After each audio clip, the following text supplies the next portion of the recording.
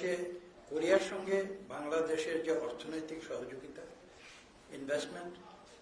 এগুলো আজকে আলোচনায় গুরুত্ব পেয়েছে এবং আমরা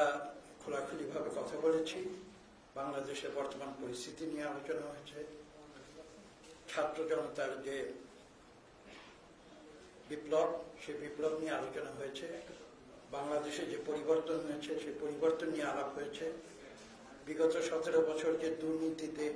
এদেশ শুধু ছেয়ে গিয়েছিল তাই নয়, এদেশের ব্যবসা বাণিজ্য যে ক্ষতিগ্রস্ত হচ্ছিল সেগুলো নিয়ে আলাপ হয়েছে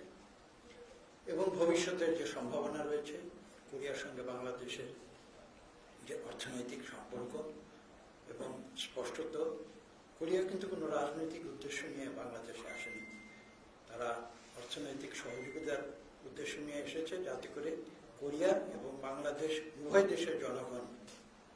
এ থেকে উপকৃত হতে পারে। সেটাই হচ্ছে কোরিয়া বাংলাদেশের যে সম্পর্ক, সেই সম্পর্কের মূল নীতি। এবং আমরা সেই নীতি অনুসরণ করি, কিন্তু আমরা দুই দেশের মধ্যে অতীতেও সম্পর্ক বজায় রেখেছি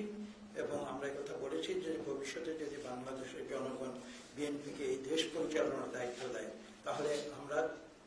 বাংলাদেশের মানুষের তথা কোরিয়ার মানুষের যে স্বার্থ, সেই স্বার্থ সর্বাগ্রে বিবেচনায় নিয়ে আমরা উভয়ের মধ্যে সৌহার্দ্য বজায় রেখে আমরা উন্নয়নের পথে এগিয়ে যাব। ইতিমধ্যে বলেছি যে আমরা যেটা কোরিয়ার সঙ্গে যে আমাদের যে সম্পর্ক, তার মূল ভিত্তি হচ্ছে